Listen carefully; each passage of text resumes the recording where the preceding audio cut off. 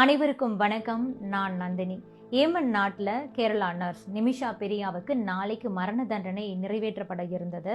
இருந்தாலும் கடைசி கட்ட முயற்சியின் பலனால அந்த மரண தண்டனை நிறுத்தி வைக்கப்பட்டிருக்கு. நிமிஷாவை காப்பாற்றுவதற்கு நம்ம இந்திய அரசு பல முயற்சிகளையும் மேற்கொண்டாங்க. இருந்தாலும் ஏமன் நாடு சரியான ரெஸ்பான்ஸ் கொடுக்கல. இந்த நிலையில தான் இந்தியாவோட கிராண்ட் முஃப்தி என அழைக்கப்படக்கூடிய காந்தபுரம் ஏபி அபுபக்கர் முஸ்லியார் முயற்சியால மரண தண்டனை நிறுத்தி வைக்கப்பட்டிருக்கு. யார் இந்த அபுபக்கர் முஸ்லியார்? அவருடைய பின்னணி என்ன? அவர் சொல்லியதுனால மரண தண்டனை நிறுத்தி வைக்கப்பட்டிருக்கா? இப்போது நடைபெற்று வரக்கூடிய பேச்சுவார்த்தை என்ன அப்படிங்கறத பற்றி நம்ம இப்போ விரிவா பார்க்கலாம்.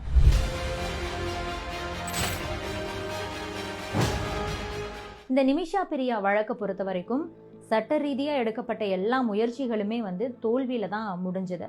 மத்திய அரசும் கூட இந்த விவகாரத்துல தன்னால் முடிந்த வரைக்கும் முயற்சிகளை செஞ்சாங்க. ஆனா அதனால எந்த ஒரு பலனுமே கிடைக்கல. சுப்ரீம் கோர்ட்ல இது தொடரப்பட்ட வழக்குல மத்திய அரசு தன்னால் முடிந்த அனைத்தையுமே செய்ததாகவும், இருந்தாலும் ஏமன் நாட்டில இருந்து எந்த ஒரு பதிலுமே கிடைக்கல அப்படிங்கிற ஒரு பதில மத்திய அரசு சொல்லி இருந்தாங்க. அதே நேரத்துல சில மத தலைவர்களை நாங்க தொடர்பு கொள்ள முயற்சி பண்ணிட்டு இருக்கோம் அப்படிங்கிறது தான் அவங்களுடைய பதிலா இருந்தது. ஆனா திடீர்னு நாளைக்கு நிமிஷா பெரியாவுக்கு மரண தண்டனை நிறைவேற்றப்பட இருந்த நிலையில கடைசி நேரத்துல அது ஒத்தி வைக்கப்பட்டிருக்கு அப்படிங்கிற ஒரு நியூஸ் மட்டும் வெளியாச்சு. மத்திய அரசு சட்ட ரீதியா எங்களால முடிஞ்சதை எல்லாத்தையுமே பண்ணிட்டோம், இதுக்கு மேல முடியாது அப்படின்னு சொன்னதுக்கு அப்புறமா கடைசி நேரத்துல இந்த விவகாரத்துல தலையிட்டு நிமிஷா பெரியாவை காப்பாற்றி இருக்கிறது யார் அப்படின்னா காந்தபுரம் ஏபி அபுபக்கர் முஸ்லியார். யார் அவர்? அவருடைய பின்னணி என்ன அப்படிங்கறத பத்தியும் பார்க்கலாம். இந்தியாவோட கிராண்ட் முஃப்தி என அழைக்கப்படக்கூடிய முக்கியமான சன்னி முஸ்லிம் தலைவரான காந்தபுரம் ஏபி அபுபக்கர் முஸ்லியார் 1931 ஆண்டு மார்ச் 22 கேரள மாநிலம் கோழிக்கோட்ல பிறந்தார். சின்ன வயசுல இருந்தே அவருக்கு ஆன்மீகத்துல நாட்டம் அதிகமாகவே இருந்திருக்கு. இவர் மட்டும் இல்லாம அவருடைய குடும்பத்துல இருந்த அனைவருமே ஆன்மீகத்துல ரொம்பவே நாட்டம் உடையவங்களா இருந்திருக்காங்க. இதன் காரணமா தான் தொடக்கத்திலிருந்தே இவருக்கும் அந்த ஆன்மீக பாதை அப்படிங்கிறது ரொம்ப பிடித்த ஒன்றா இருந்திருக்கு. கல்வி மேம்பாடு மூலமா சமூகத்தை உயர்த்த முடியும்னு நம்பின அவரு பல ஸ்கூல்ஸ், காலேஜஸ் எல்லாம் கட்டுறதுக்கு உதவி பண்ணியிருக்காரு.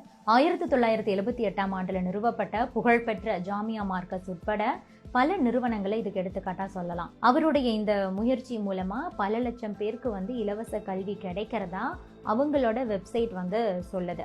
அது போக அவரோட முயற்சியால இப்போது 12,232 ஆரம்ப பள்ளிகள், 11,000க்கும் அதிகமான மேல்நிலை பள்ளிகள், 600க்கும் அதிகமான காலேஜஸ் இயங்கிட்டு இருக்கு அப்படின்னு கூட அந்த வெப்சைட்ல குறிப்பிடப்பட்டிருக்கு. அது மட்டும் இல்லாம குடும்ப ஆதரவு இல்லாம கைவிடப்பட்ட நிலையில இருக்கிறவங்களுக்கு ஆதரவும் கொடுத்துக்கிட்டு இருக்காரு.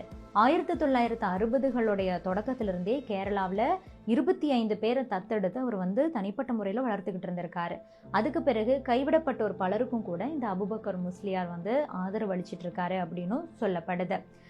இந்த அபுபக்கர் முஸ்லியார் எடுத்த முயற்சி காரணமாக தான் இப்போது ஏமன்ல நிமிஷா பெரியாவோட அந்த மரண தண்டனைங்கிறது போஸ்ட்போன் பண்ணப்பட்டிருக்கு. 94 வயதான ஷேக் அபுபக்கர் இது தொடர்பாக முதல்ல ஏமன்ல இருக்கிற மத அதிகாரிகளை காண்டாக்ட் பண்ணி பேசியிருக்காரு. பிளட் மணியை ஏற்றுக்கிட்டு மன்னிப்பு கொடுக்கணும் அப்படின்னு சொல்லிட்டு மக்தி குடும்பத்தினரை சமாதானப்படுத்தக்கூடிய ஒரு முயற்சியிலும் அவர் தான் இறங்கினாரு. அபுபக்கர் அவர்கள் தலையிட்டதுக்கு அப்புறமா தான் மஹ்தி குடும்பத்தினரே பேச்சுவார்த்தைக்கு வந்திருக்காங்க. இதுவரைக்கும் மஹ்தி குடும்பத்தினரோடு யாருமே நேரடியாக பேச்சுவார்த்தையை நடத்தவே இல்லை, அவங்களும் வரல. ஷேக் அபுபக்கர் எடுத்த அந்த முயற்சினால தான் இப்போது பேச்சுவார்த்தைக்கே அவங்க ஓகேன்னு சொல்லியிருக்காங்க. அதனை தொடர்ந்து தான் மரண தண்டனை நிறுத்தி வைக்கப்படுது அப்படிங்கிற ஒரு அறிவிப்பே வெளியாகி இருக்கு. கேரள நர்ஸ் விவகாரம் தொடர்பா இன்னைக்கு உயர்மட்ட தலைவர்கள் முன்னிலையில ஏமன்ல பேச்சுவார்த்தை தொடங்கி இருக்கு. காந்தபுரம் ஏபி அபுபக்கர் முஸ்லியாரோட உத்தரவின் பெயர்ல அங்க இருக்கக்கூடிய ஒரு சுஃபி அறிஞருடைய தலைமையில பேச்சுவார்த்தை நடைபெற்று வருவதா தகவல்கள் வெளியாகி உள்ளது. பிரபல அறிஞரும் சுஃபி தலைவருமான ஷேக் ஹபீப் உமர் பின் ஹபீஸோட பிரதிநிதிகளுக்கும் அந்த நர்ஸ் நிமிஷா பெரியாவால் கொல்லப்பட்டவங்களா சொல்லப்படக்கூடிய அந்த ஏமன் நாட்டை சேர்ந்த தலால் அப்து மஹ்தியோட குடும்பத்தினருக்கும் இடையே இன்னைக்கு பேச்சுவார்த்தை நடந்துகிட்டு இருக்கான். அபுபக்கர் முஸ்லியார் ஏமன்ல இருக்கக்கூடிய மத அதிகாரிகளோடு பேச்சுவார்த்தை நடத்தினதை தொடர்ந்து தான் இந்த வழக்குல ஒரு நம்பிக்கையே பிறந்திருக்கு அப்படின்னு சொல்லப்பட்டுக்கிட்டு இருக்கு.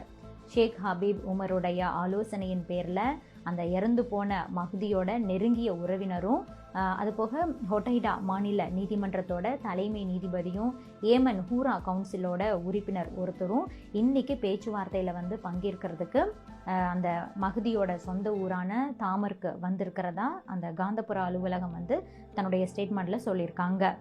இன்றைக்கி நடக்கிற பேச்சுவார்த்தையில் பிளட் மணியை வந்து ஏற்றுக்கொள்வது தொடர்பாக இறுதி முடிவை வந்து எடுக்கிறதுலையும் அதுபோக அந்த குடும்பத்தினரை வந்து சமாதானப்படுத்தக்கூடிய முயற்சிகள் எல்லாம் இன்றைக்கி நடக்கலாம் அப்படின்னு சொல்லப்பட்டுக்கிட்டு இருக்கு.